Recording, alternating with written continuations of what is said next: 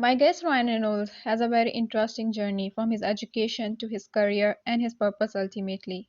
From electrical engineering to arts and humanities to landscape architecture and environmental management.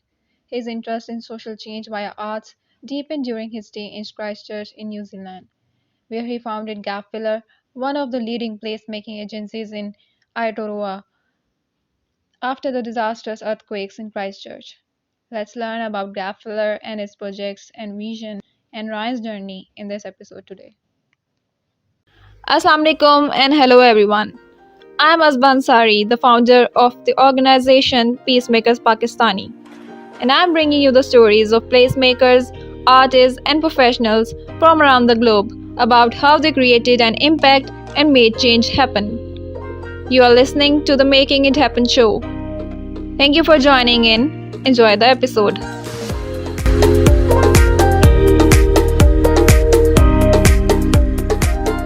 Hi, Ryan. So good to Hi, see how are you. you? I'm good, thank you. How are you? I'm all right. So, thank you, Ryan. I really appreciate that you are here and you have joined me for this conversation. I would love to know that where do you live and where are you right now, like, and how's the weather there today? I live in Christchurch, New Zealand. Other name for Christchurch, the indigenous name is Aotearoa. I've been living here for 23 years, and I'm in our studio space that we've been in for about 6 months. And we're in the middle of a heat wave by Christchurch standards. It's 32 degrees today. 32 degrees. Oh my God. Okay. It's unexpected to hear this from around the globe. Like it's winter over here, and we are experiencing the cold right now. Yeah, that's Yeah. cool. That's nature, definitely. It's cool. Okay. There's a question that I like to ask everyone, and that's how did you find your passion for public spaces and placemaking? Um, the the simplest answer when it really came to the fore for me was that we had some major earthquakes that destroyed much of the city here. So uh, somewhere around the 4th of September 2010 is when my interest grew after the first major earthquake here.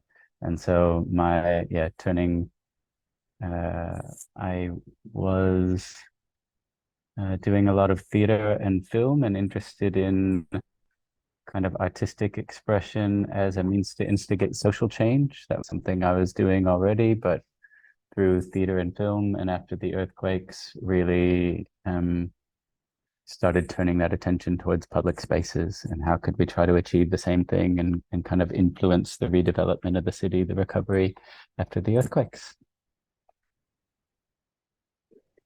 Great. Okay, so pandemic, like for many people, pandemic has been some sort of inspiration. For you, earthquake or like disaster was an inspiration towards recovery and healing. That's very kind. Thank you for coming towards it and contributing to the cause and contributing to the movement.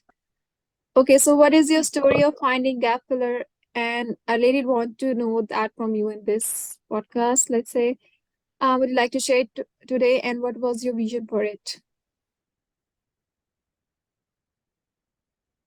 Um,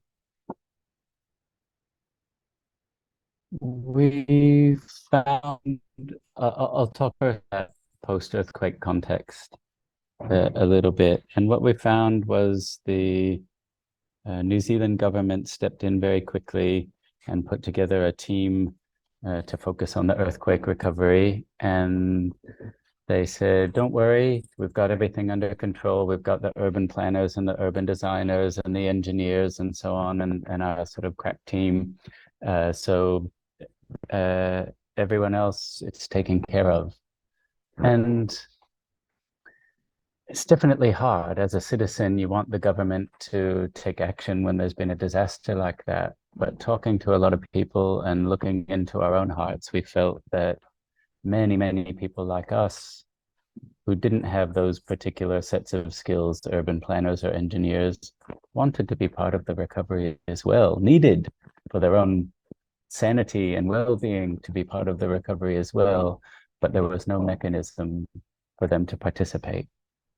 And so that's what we started doing, is actually going, hey, musicians, artists, puppeteers, storytellers, poets, uh, let's start doing things in the interest of the recovery of the city, not only celebratory things to feel good and to bring people together. That's very important. Let's do that. But let's also, through doing that, reimagine what the city could be, and not just build back the city that we had, but make the better city through doing that. And we were wholly focused on the situation in Christchurch and the earthquake recovery, and influencing the thinking about that to include more soft measures, not just think about the buildings and the roads and the pipes. Um, uh, and actually, it came as a real surprise for us a few years after we started Gap Filler. We started getting phone calls from other cities, initially in New Zealand and Australia, and then some further afield saying, "Oh, we like what you're doing down there. Can you come help us in Auckland?" And it was really interesting that actually the first several phone calls we got like that were from cities that didn't have natural disasters, and in fact that were thriving. Auckland was in the top 10 of on the livable cities rankings, or how they love to rank cities for how great they are, whatever. Melbourne, Copenhagen, these are all places that we worked and that were interested in hearing about our work, because the best cities in the world try to do exactly what we were trying to do here, which is to get everyday people involved in shaping their neighborhoods and feeling like their place represents them, interests them, excites them, and that's how they grow connection to place or grow love for the place. So that's our mission and vision as an organization, is people feeling empowered and being empowered to shape the places where they live. Interesting and very motivational because, okay, so I would like to know that your interest or your you were doing your theater at that time, and your exposure to arts and maybe the community of artists, did it inspire you to think like that about the recovery and about the community living, that you bring the artists together in the form of a community and enhance the community lifestyle, making people empowered and setting the stage for themselves in the public spaces? Is that so? Because this is something that Yeah, happened to me. yes, yes, that is so. But also, I think we've mostly avoided. We often avoid using the word art and artists in this context. Uh, uh, in New Zealand, there are a lot of people that if you say this is a project for artists, they will go, "Oh, that's not me," even though there might be very creative people, or they might use their hands and build things, or whatever. But artist has connotations here of being high art or something, and so can inadvertently be exclusive. So rather, we made a point that we work with librarians and gardeners and like anyone. It's about finding the right framework so that people with any sorts of skills and interests can participate. So that's, I think, one half of my answer. The I was teaching at the university here in a theater and film program, but the sort of founding discipline or the theoretical underpinning for that is performance studies, which emerged out of anthropology and sociology, and kind of at core has this idea that all behavior is a form of performance, because scripts exist for every sort of behavior we might engage in. So long before say you've become a parent, you know what it means to be a parent. You know what that role looks like. We go more specific, a father or a mother. You know what that role looks like because of maybe your own parents or other parents that you see in your everyday life, from media representations of parents and so on. And so you know what sort of behaviors are allowed and expected and what sort of behaviors are not. And so, you know, it doesn't give you word for word what you're supposed to say or whatever, but that's very much a sort of a script. And every moment in our lives, there's multiple scripts at play. There's certain ways that you know, should and shouldn't behave when you're recording a podcast and you're being interviewed. And if I was, I don't know,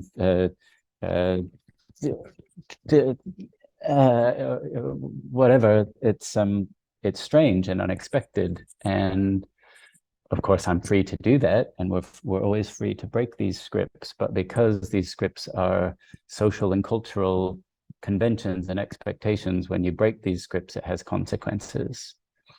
And I guess because of that, we all limit the sorts of behaviors, the sorts of roles that we play all the time based on who we're around, the kind of cultural context, the actual environment, the space that we're in, and the sort of social context that we're in.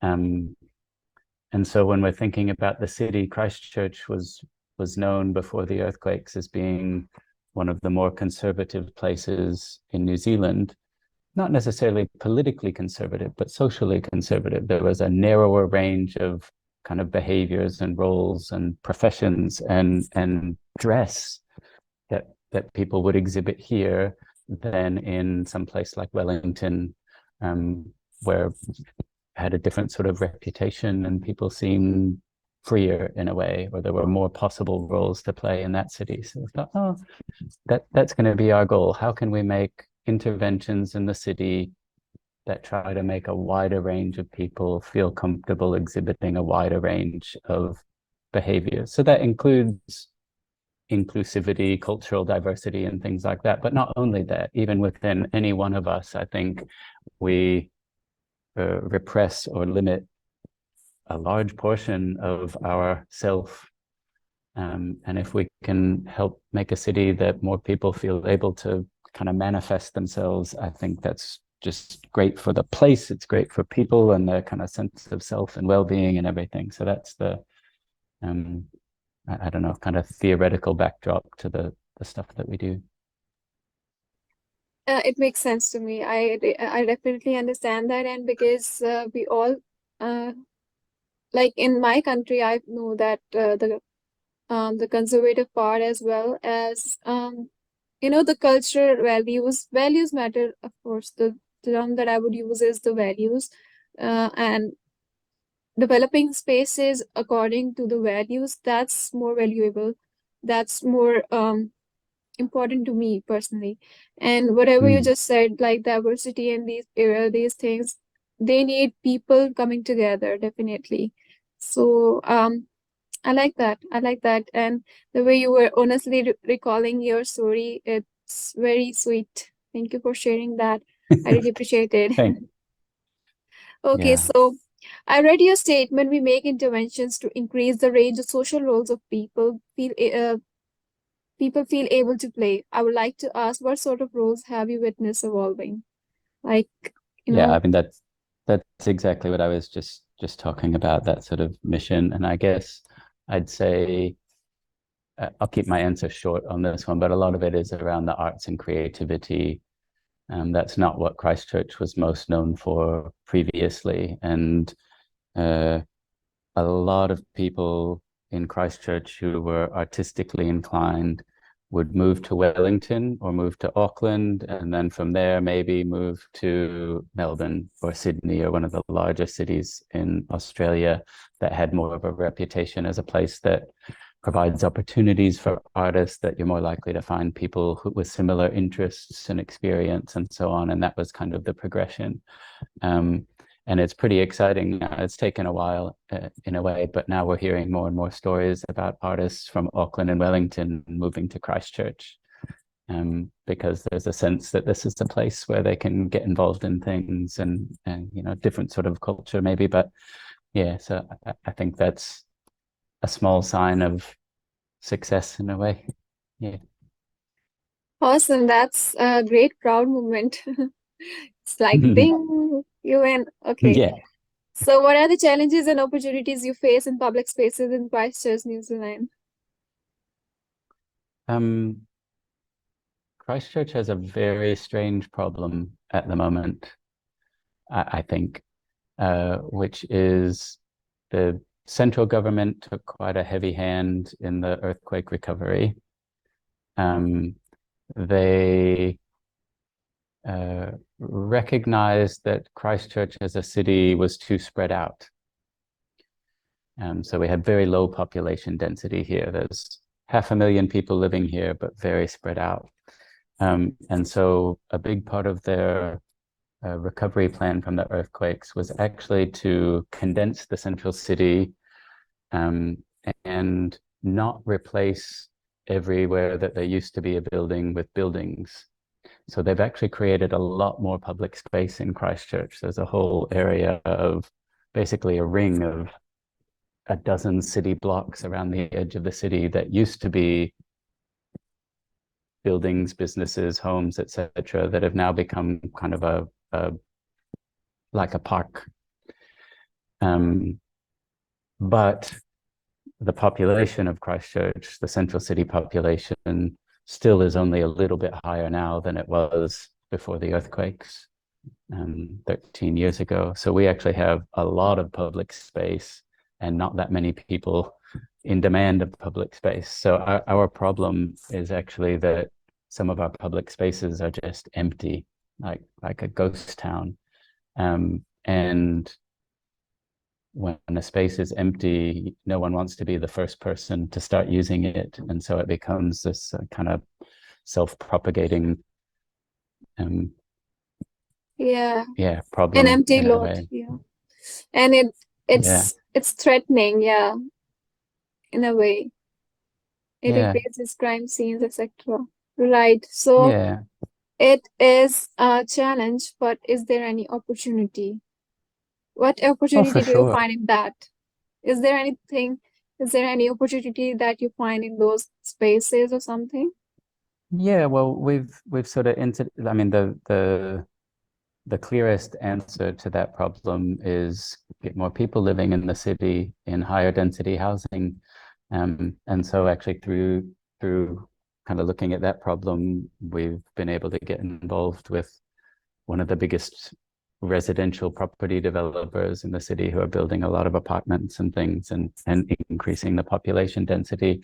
And so we've been working alongside them, running community events and creating community projects and things to help make it more attractive for people here to maybe leave their larger home in the suburbs and move into an apartment in the center of the city, because you don't need a backyard and a lawnmower and all these other things you need when you're living in the suburbs if you move into a central place and there's more shared facilities.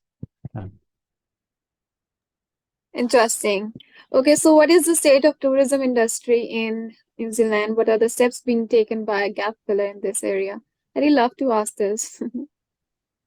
Yeah, this is a question I think I don't have too much to say about. Tourism's not been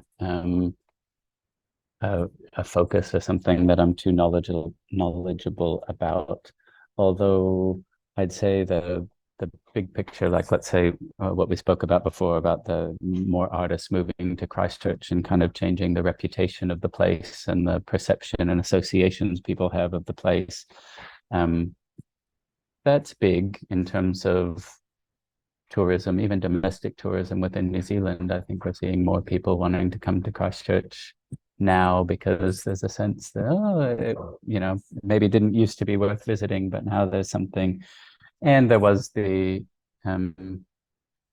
some years ago, the more immediate post-quake period where, a lot of our projects got mentioned in the Lonely Times or the Guardian or New York Times, A Lonely Planet, sorry, that's what I meant to say. So like the earthquake response was listed as a reason to come visit and be a tourist in this place. So, we've had a role to play, even though that hasn't necessarily been our main focus. But it's interesting if you create, I think tourism flows from focusing on locals. Actually, if you try to make a place where the local population is really engaged and connected and have ways to express themselves, then that will almost by definition become a place people want to visit. What's going on there? It seems interesting. There's all these forms of expression in this place. Let's go see what that's about. And yeah. Yeah, I truly agree with you because I've seen people coming and visiting the places, one which has a natural, natural environment or natural asset, and then the cultural asset. I see people get attracted to a lot of cultural asset in terms of buildings as well as people, and food, of course, food as well. So yeah, this is so right that making people make when people make things better for themselves, and when they're associated with with the things, they create they create the spaces that people want to see and the environment that people want to see, and that's truly what tourism is about. Like, this is how we bring tourists, and locally and foreigners as well. Great. Okay, so tell me about rehumanizing sustainability, how this topic came to mind and it evolved over the time and outcome of it. I can't tell you how the topic came to mind necessarily because it wasn't my mind that it came to. It was someone, a professor at Lincoln University, Suzanne Valence, who came up with the topic and invited me to be a very small part of it. So I was a part-time postdoctoral researcher, and actually it was a strand of our work at Gap Filler that became a strand of that academic research project. But I can say a little bit about it. I mean, I think one of the best illustrations of what we're talking about, the airport in Christchurch years ago was celebrating being, I think I've got this right, the first carbon neutral airport in the Southern Hemisphere, which is an interesting thing for an airport to be celebrating, right? And if you look into it, they mean just the building, the airport building itself, and actually just the main airport building, not all the many warehouses and other facilities there, but the main airport terminal building. The building itself was certified as carbon neutral because of the passive heating systems, and they had some good technology in the building. But if you even for a second look at that in a wider context, this was exactly at a time when they were cutting the public transport routes to get to the airport. So it's harder to take a bus to get to the airport. They were expanding their parking lot, so encouraging more people to drive to the airport, to take the airplane to wherever they're going, and yet at the same time celebrating carbon neutral breakthrough. And so that was a really good example where, at least in this country, I think conversations around sustainability became focused so much on buildings and built infrastructure and materials, and away from behaviors, because behaviors are much harder to change than supply lines or what material you specify for a building or something like that. And so that was the kind of thesis behind the title, Rehumanizing Sustainability, the idea that all of these conversations have to come back to the humans and human behavior. And so the small part that I and our organization played in that was really around what I was saying about behaviors and social roles. So we did a number of, I don't know, public experiments and things in the city to try to contribute in that way. One of them was really around looking at the the provenance of things, where things come from. And so we set up a little pop-up store where people could come and buy things. But we engaged in conversations always about where the things came from. I haven't thought, there's a Pakistan connection in a weird sort of way. And so we sold, for instance, cans of baked beans, very popular in New Zealand. And then we also sold dried beans and tomato sauce and a recipe and kind of all the ingredients you would need to make your own baked beans from the kind of raw ingredients. And then we also sold soil and seeds and instructions on how to refine sugar and everything. And so actually the kind of full kit, if you go right back to the very, very beginning of every ingredient, what you would need to kind of make baked beans, how you would do it entirely yourself. And, you know, it wasn't meant for people really to buy it, but rather as a way of engaging in conversation about where these things come from. The thing that just I remembered with the baked beans, so we tried to contact a bunch of companies and find out where their ingredients came from, and they won't tell you. For the most part, they won't tell you. So this was a company called Watties that's thought of as a true New Zealand company, very popular here. And, you know, but they won't tell you where their ingredients came from. But one of the ingredients, when you can baked beans, you need some sort of stabilizer, because in transit, it gets very hot, it gets very cold, and so on. And you don't want the consistency to change if it freezes and thaws and so on. So they use a thing called guar gum. Is this known to you? Guar? I don't think so. Okay. Anyway, so I was trying to figure out guar gum and what that was and where it came from. And there's a certain bean that's grown extensively in Pakistan and in rural, poor Pakistan. This is going back 10 years or more, I think, when I was looking at this. But and it's a food staple for many of these poor communities in very dry parts of the world. And then it started to be used as a food additive in this way for things like baked beans and so on. But in America, where they started fracking for oil, they discovered that guar was really useful for thickening the water, and it helped with the process of fracking somehow.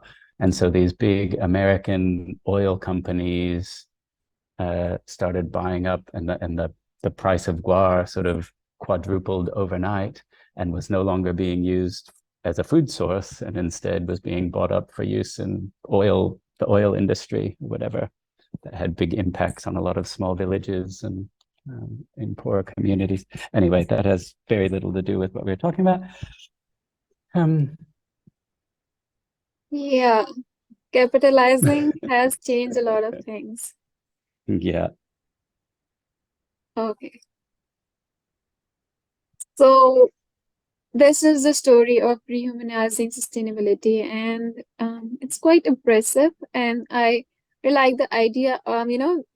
The thought that clicked to me was doing social experiments and just starting the talk with people and just trying to make them aware of it. It's interesting because I think talking to people directly who are doing these things, who are behind the capitalizing, or who are just increasing this sort of thing, it's better to make people aware or educate people about things that really matter, and just igniting that compassionate self within them towards the other people and towards environment. I hope it Yeah, well works. put. Yeah. Yeah. Okay. Yeah, it was sad. Okay, that matters. Okay. I would like to know about the Life in Vacant Spaces Charitable Trust, the vision and functions of it. Yeah, I guess pretty early on when we started doing our work in Christchurch, a lot of people started coming to us and saying, how did you do that? Can you help me do that? Because we were breaking a lot of social conventions and things that people assumed it would be too difficult to do, to get the permits or the whatever you might need. So we were working in a post-earthquake context. We were working on mostly privately owned land where buildings had been demolished. Sometimes there was a broken building next door that was at risk of falling down and so on, and navigating the city permits for, you know, whatever you need to do events or create projects. So a lot of people started getting in touch with us saying, I have an idea. Can you help me? Can you help me?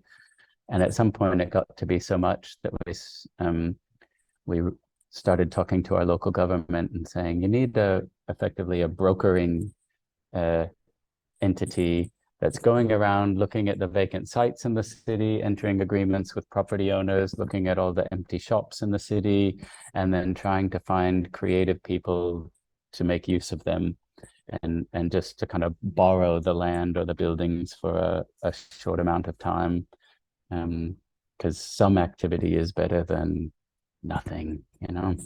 And so Life in Vacant Spaces is at heart like a service organization. It deals with insurances and permits and agreements with property owners, and then has conversations with all sorts of creative and entrepreneurial people who might want to do a pop-up something or another in a space. Interesting. It's another inspirational work that you are doing. And yeah, I would love to do something like that here as well, because it's quite strategic, and it's empowering, like that you mentioned that it provides insurance, permits, all of these things that makes it um more strong, more strong of a help to anybody, or to Yeah. the work that is being done. Okay, so in your journey towards grab filler, Yeah. and even till now, is there any way that your bachelor's education in electrical and electronics engineering have helped? It's like asking you a personal question about you. Yeah, and probably lots of ways that are hard to articulate. Rarely in a very tangible and obvious way. I haven't done any of the coding or electronics for any of our projects, really, I don't think. But I think what you learn and accept, it's very rare that an engineer sees through every aspect of a project from start to finish. Normally, your work as an engineer is a small part of a whole to help bring someone else's vision into being. So I was working in aeronautical engineering. Ultimately, they're building airplanes or spacecraft or something, but there's no one person who has the whole vision and knows every aspect of it. You're working on one tiny sliver of a whole that's much bigger than yourself or your role. In the arts, they often have a very different philosophy of the artist as the visionary who does everything, comes up with the idea and paints the thing or makes the thing or builds the thing, or whatever. And so I like a combination of those two things. I'm very interested in, I've worked in, arts and creativity for a very long time, but I like the kind of engineering mindset that your role is in service of something much bigger than just your own kind of creative idea, which I think has enabled Gap Filler as an organization to be very good at, like, we have a lot of creative ideas, but we also hold them lightly. And if other people want to get involved and make them a little different than what we first imagined, okay, I'm not too, I'm not too tightly holding any vision or idea. And it's made us, I think, very able to support and facilitate and enable and empower others. Yeah. Oh, great. Okay, so I was really interested in asking this question is because when I read your, your journey, your education, and different, you have been in engineering field and then you move towards the arts and then towards the public spaces. I was very inspired Hmm. how you were choosing different paths, but you were definitely must have been integrated into you. So I always wanted to know that. And then Yeah. after your answer, I have realized that how I had this perspective that for a placemaker, he or she has to be someone with a creative spirit. But I realized that yes, the practical spirit or the engineering mindset is also very important. And if we don't have that, then management will be a big problem. Yeah, Yeah, great. for sure. Okay, yep, great. Thank you for the honest answers to all my questions. And these were the questions that were exclusively for you. And the next questions will be that I ask everyone, and these are the rapid fire questions. Okay. Okay. Okay. So, Ryan, what drives you? What keeps you focused? Um, I think I need a sense of novelty and doing something new all the time. So I know, and sometimes it bothers me that I've I've done 1,000 different things and I'm good at none of them because I don't have the sort of patience to work and become expert or even highly proficient in any one thing. I like to get kind of good enough to a point and then I go, okay, I'm happy enough with that. Now let's move to the next thing and the next thing and the next thing. So I'm good at starting things, not good at finishing things. Okay, I don't think so that I see. Okay, I don't see anything problematic in starting new things, but yeah, there's a problem in not finishing in anyone. But I hope that you inspire people along the way and they finish things off. I I hope hope that so too. happens. Yeah. Yeah. Okay, so would you like to share any proud moment of your work life? I know the one already, which is when people started realizing the value of arts in Christchurch. So share the another one now. Um, we made a project years ago called the Dancer-Mat, which is basically a public dance floor and a mechanism where people can play their own music.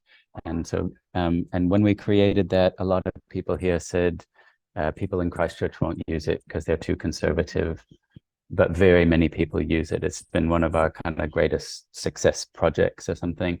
Um, but there's one thing in particular where we had the dancer mat on a site uh, and we had to move it because that property owner was ready to build a new building. So we packed it all away. And 2 days after we packed it away, a friend sent me a photograph of two kids playing music, I guess over their phones, and dancing in the dirt on the site where the dancer mat had been just 2 days ago. That was a proud moment for me because that's when it really proved this idea that it's people's mindsets and behaviors that you're changing. The physical thing that you provide is only the invitation or the kind of telling people, okay, it's okay to dance here. Um, but if you can change that mindset and people will be dancing everywhere, you don't need to make a dance floor. Just dance on the street corner playing music on your phone. So that was a good one. Interesting. Okay. Share your hardest moment of the work life. Um, gosh, I don't know. I guess there's a tension between so the legal structure. I'm one of the founders of the organization. The other founder who's still involved is my partner in life as well as in work. So we feel very attached to Gap Filler as an organization. Equally, Gap Filler is a charitable trust, a not-for-profit.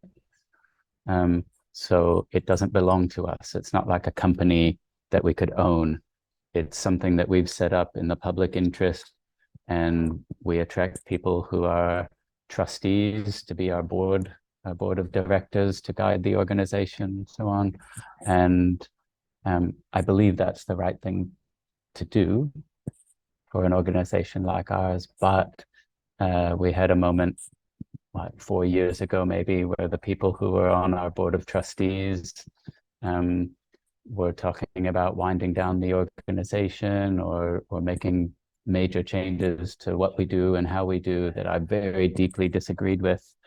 And that was one of the hardest moments, to realize that something you gave birth to and have put so much of yourself into and care about so deeply, but actually it doesn't belong to me, and I can't even make the decisions about what happens with it. Yeah. Okay. Um, it gave me goosebumps because I don't want to experience that myself. But yeah, I can discuss it with you later on.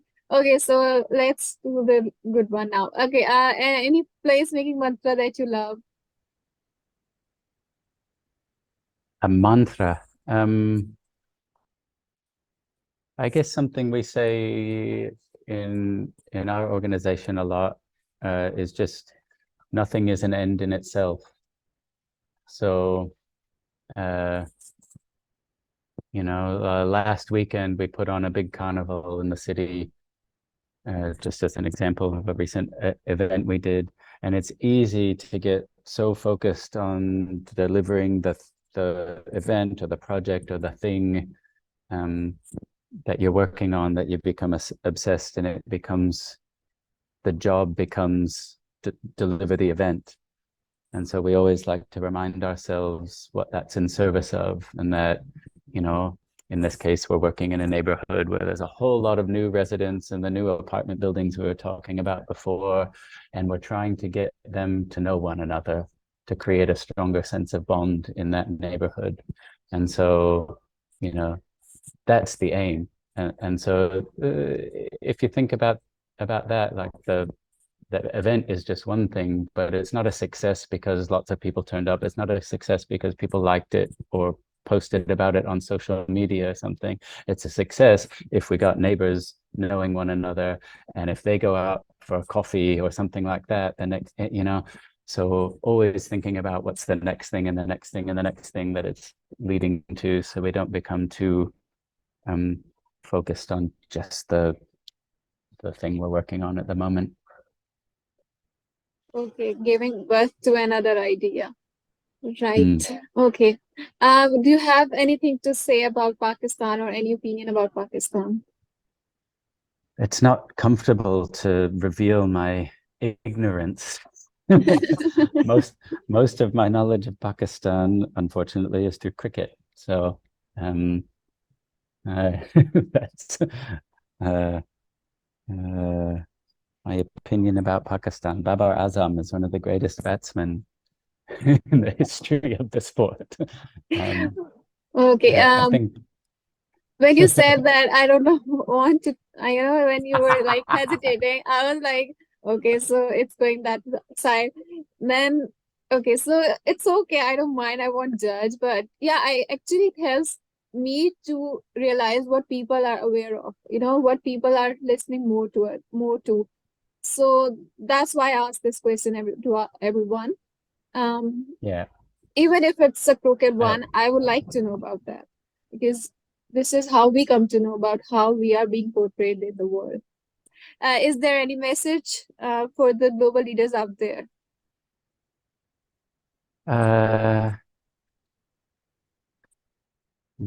Maybe I would just question who we think of as our global leaders. Because I think if we're looking at climate change, probably, let's just say that. There's lots of other issues we could talk about, but that one I think eclipses them all in a way. It's not going to be heads of state and prime ministers and presidents that solve that problem for us. And so I would actually encourage everyone to find the leader in themselves in a way. And we sort of talk about all the different forms of leadership, and the form that's most recognized and applauded and gets the most attention is being the one in front of the cameras, the one doing things first and talking loudly about it. But that's one important aspect, but there are so many other forms of leadership. If you think about it in terms of like trailblazing or forging a new path that people haven't gone down before, just making the path is important. But if no one follows it, you haven't achieved anything. And so you need forms of leadership that are following the path. You need forms of leadership that are making signs and helping people find the way. You need forms of leadership that are singing songs while you're going down the path to make it fun so that people want to come. You need forms of leadership that are the dogs barking at your heels, making sure you stay on the path. You need the people pulling weeds and maintaining the path. You know, these are all extending the metaphor that those are all necessary forms of leadership. And I think we give too much emphasis to the first kind, leading from the front. Yeah, it's a teamwork, you know, the team of leaders coming together. Or I think all the people in the team are actually the leaders. If they are doing something meaningful, they are the leaders because they are paving ways for others. Thank you so much for the genuine advice. It's such a great advice. And thank you so much, Ryan, for an honest conversation, for being so honest and for being so open about things. I love the conversation and get to learn a lot from you. And I'm going to, you know, dig deep into the Gap Fillers projects because there's a lot to learn from it. Thank you so much for your time. I Great. really appreciate it. Thank Take you. care of yourself and bye-bye. You too. Bye-bye.